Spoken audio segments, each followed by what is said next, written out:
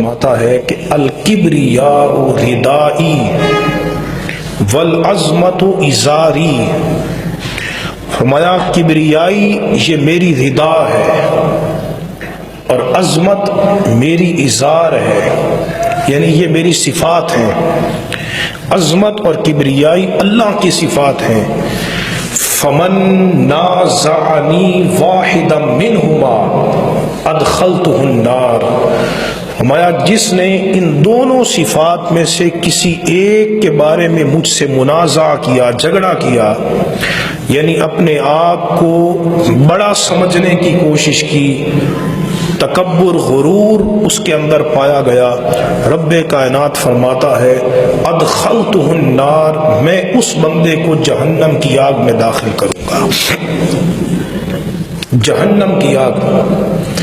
ایک صحیح بخاری شریف کے اندر حدیث ہے، نبی مکرم صلی اللہ تعالی علیہ وسلم ارشاد فرماتے ہیں کہ لا يدخل الجنت من کان فی قلبہ مثقال ذرۃ من کبر، کہ جس کے دل میں ایک ذرے برابر بھی تکبر ہوگا، لوگوں کو حقیر جانے گا، اپنے آپ کو بڑا سمجھے گا، ذرہ برابر بھی تکبر ہوا تو وہ بندہ جنت کے اندر داخل نہیں ہوگا۔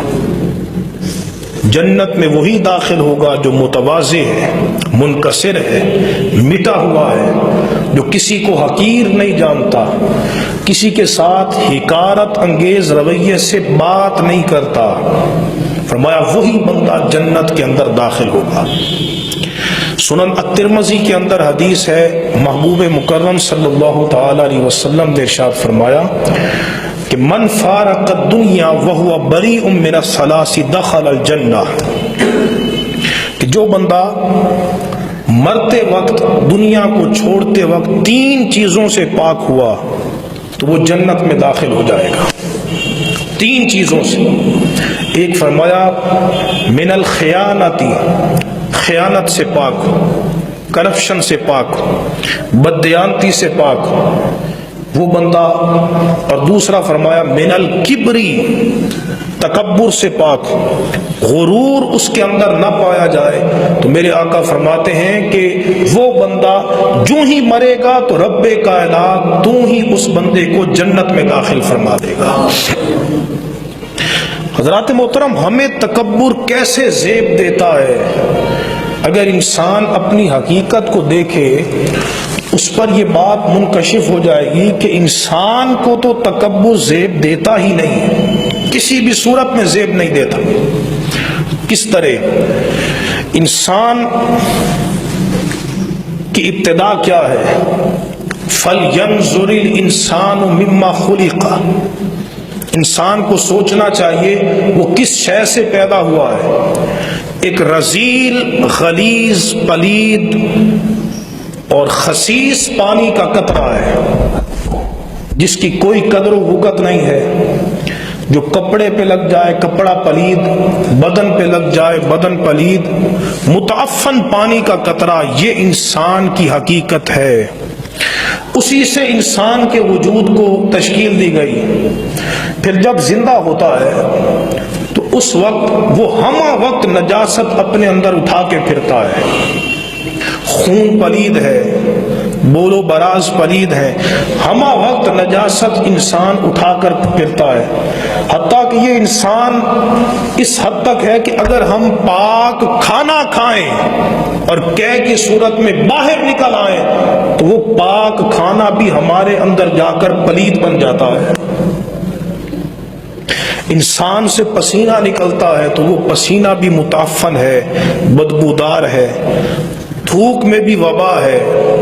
پھر یہ انسان بیمار پڑ جائے تو نہ یہ پیسہ کام آتا ہے، پیسے سے کوئی بندہ اپنی صحت نہیں خرید سکتا، دوا خرید سکتا ہے، اپنی صحت نہیں خرید سکتا، نہ اس کو اقتدار کام آتا ہے۔ اقتدار، تھوڑی سی بیماری آ جائے تو انسان اپنی بیماری کو دور کرنے میں بھی اللہ کا محتاج ہے، اللہ تبارک و تعالیٰ کی ذات کا یہ ہماری حقیقت ہے۔ ہم ایک کانٹا چبھ جائے تو اپنے آپ کو اس کی تکلیف سے نہیں بچا سکتے۔ اس کی تکلیف سے نہیں بچا سکتے۔ پھر میرے بھائیوں، انسان کو تکبر کیسے زیب دیتا ہے؟ جب مرتا ہے تو تختہ غسل پر جب انسان کو لٹایا جاتا ہے، اب خواہ کوئی مالدار ہو، کوئی غریب ہو، کوئی حکمران ہو، کوئی رعایا ہو، کوئی فقیر درویش ہو، جب وہ مرتا ہے تو تختہ غسل پر ایک تنے بے جان کی طرح پڑا ہے، ایک گوشت کی ڈھیری کی طرح پڑا ہے۔ اس کے ہاتھوں میں، اس کے بدن میں اتنی سکت نہیں کہ وہ اپنے آپ کو جنبش دے سکے، حرکت دے سکے۔ غسال چاہے اسے دائیں کروٹ کر دے، غسال چاہے اسے بائیں کروٹ کر دے، غسال چاہے اسے بٹھا دے، غسال چاہے اسے لٹا دے، وہ تو اتنا بے بس ہو چکا ہے کہ لوگ اسے اپنے کندھوں پر اٹھا کر اندھیری قبر میں دفن کر کے پھر واپس پلٹ آتے ہیں، اور وہ اپنا دفاع بھی نہیں کر سکتا، وہ لوگوں کو روک بھی نہیں سکتا۔ اس تاریک قبر میں جب اس کو رکھا جاتا ہے تو کچھ ایام گزرتے ہیں، بدن سے بدبو آنی شروع ہو جاتی ہے، تعفن آنا شروع ہو جاتا ہے۔